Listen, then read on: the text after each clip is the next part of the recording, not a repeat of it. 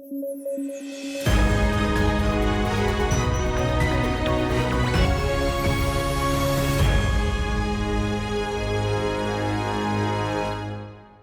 News at 9 programme में आपका स्वागत है। मैं हूं अमृत उपाध्याय। आइए जल्दी से देखें आज की हेडलाइंस। चूहे का भ्रूण इंटरनेशनल स्पेस स्टेशन में हुआ डेवलप। जापान ने किया यह कारनामा। अब अंतरिक्ष में मानव प्रजनन की राह हुई आसान। कोच्चि में प्रार्थना सम्मेलन में हुए सिलसिलेवार धमाके। सम्मेलन यहोवा के साक्षी संप्रदाय से संबंधित धार्मिक असहिष्णुता का मामला। और आंध्र प्रदेश में हुआ बड़ा ट्रेन हादसा। हावड़ा चेन्नई लाइन पर टकराई दो ट्रेनें। कवच प्रणाली पर उठा सवाल।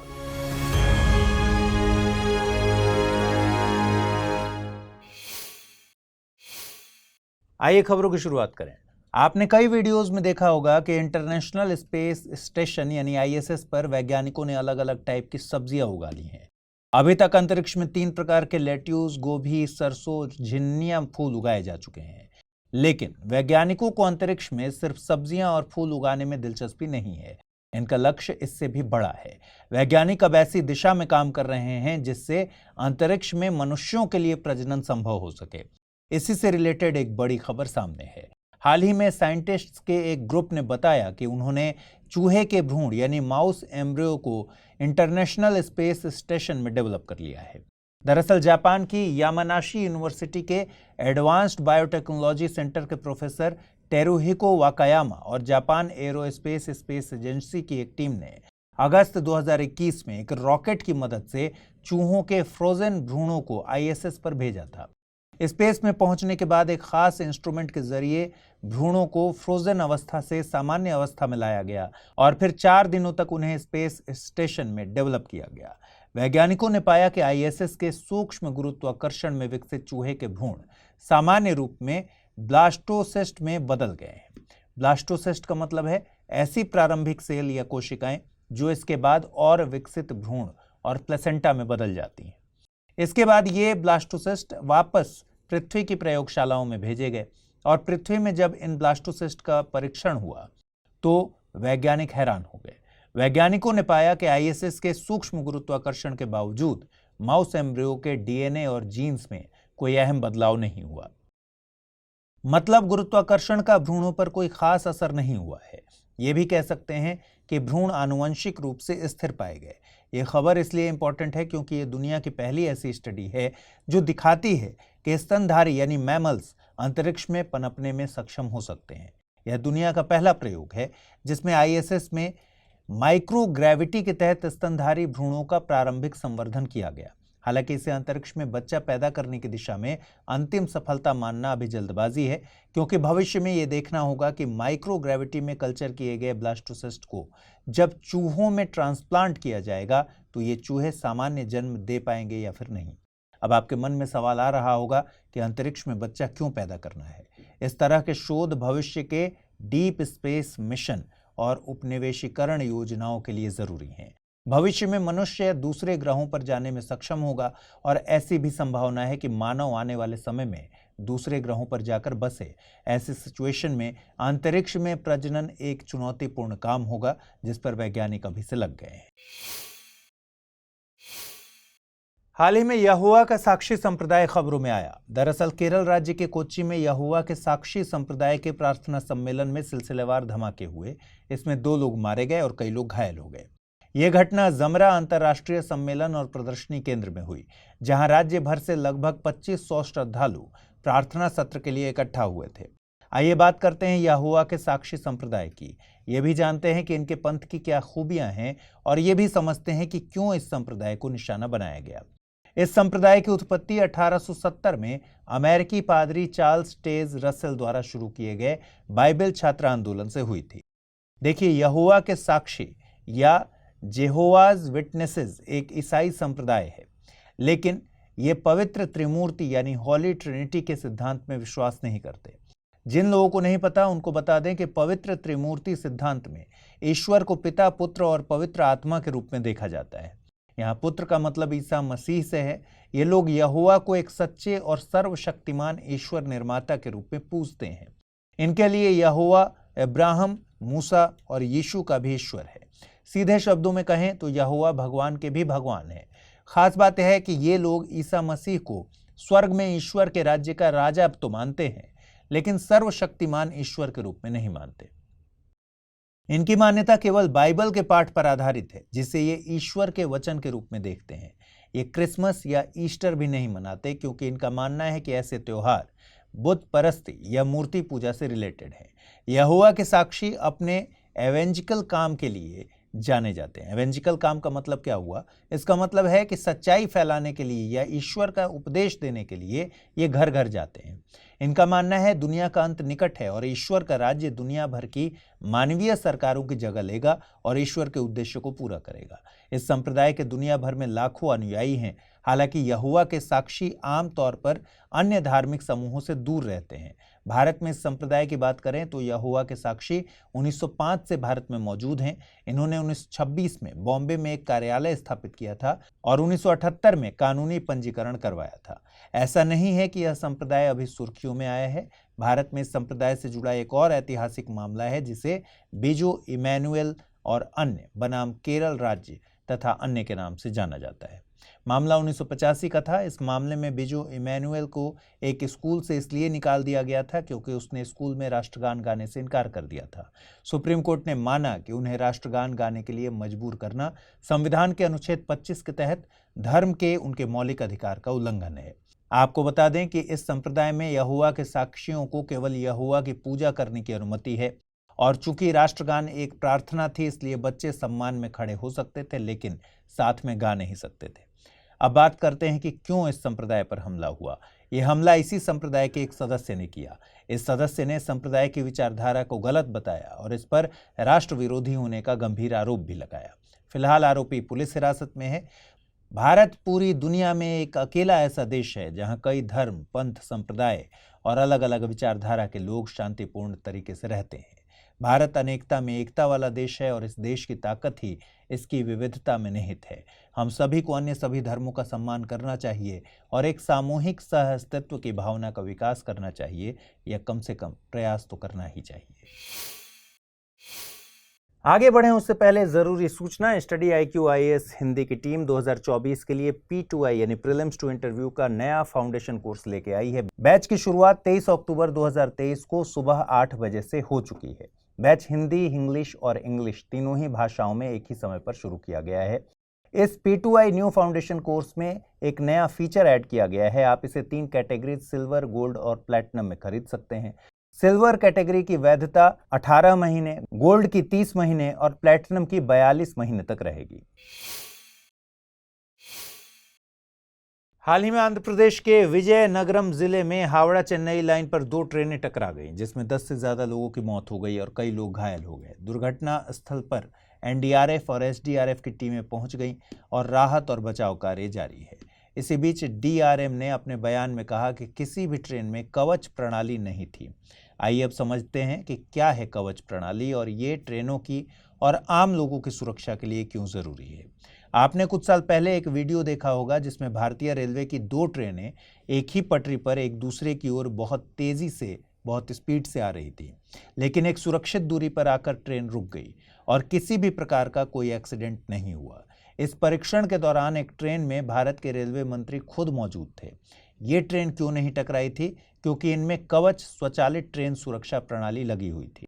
कवच सिस्टम एक स्वदेशी एंटी प्रोटेक्शन सिस्टम है जिसे research design and standards organisation यानी RDSO द्वारा बनाया गया था।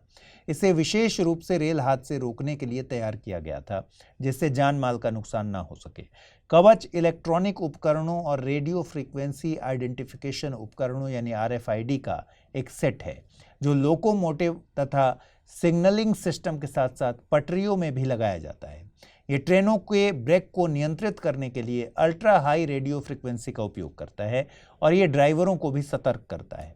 फिलहाल कवच अल्ट्रा हाई फ्रीक्वेंसी का उपयोग करता है, लेकिन इसे 4G लॉन्ग टर्म इवोल्यूशन यानी LTE तकनीक या 5G तकनीक का इस्तेमाल करने के लिए डिजाइन किया जा रहा है। चलिए समझते हैं कवच कैसे काम करता है। यदि कोई ट्रेन रेड सिग्नल होने के बाद भी सिग्नल क्रॉस कर जाती है, तब उसे सिग्नल पास्ट एट डेंजर माना जाता है। इस स्थिति में कवच सिस्टम अपने आप एक्टिव हो जाता है और ट्रेन में ऑटोमेटिक ब्रेक्स लगा देता है, जिससे ट्रेन की रफ्तार कम हो जाती है।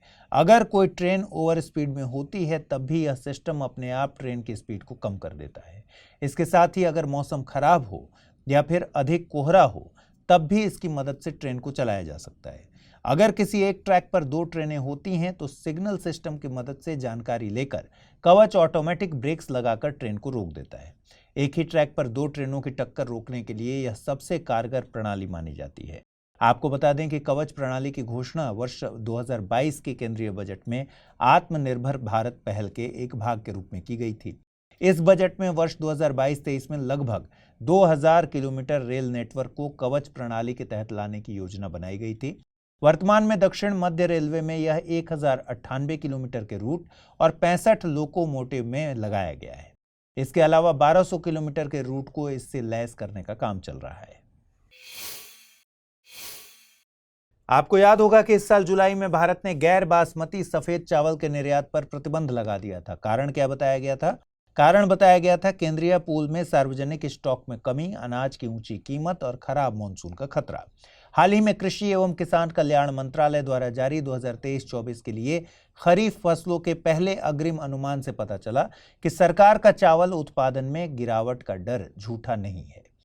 मंत्रालय ने 2023-24 के दौरान चावल का उत्पादन 1063.13 LMT होने का अनुमान लगाया है। वहीं पिछले साल इसी सीजन में चावल उत्पादन 1105.12 LMT हुआ था। आइए समझते हैं भारत के चावल प्रतिबंधों के कारण घरेलू और वैश्विक बाजारों पर क्या प्रभाव पड़ा। भारत किस प्रकार के चावल का निर्यात करता है और चावल के सबसे बड़े खरीदार देश कौन से हैं। चलिए एक एक करके बात करते हैं। भारत द्वारा गैर बासमती सफेद चावल के निर्यात पर प्रतिबंध लगाने के तुरंत बाद सभी वैश्विक बाजारों में चावल की कीमतों में तेज उछाल आई थी, मतलब कीमतें बढ़ गई थी। लेकिन निर्यात पर रोक के बावजूद भारत में चावल की कीमतें कम नहीं हुई।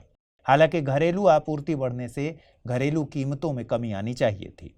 आपको बता दें कि भारत दुनिया में चावल का सबसे बड़ा निर्यातक है।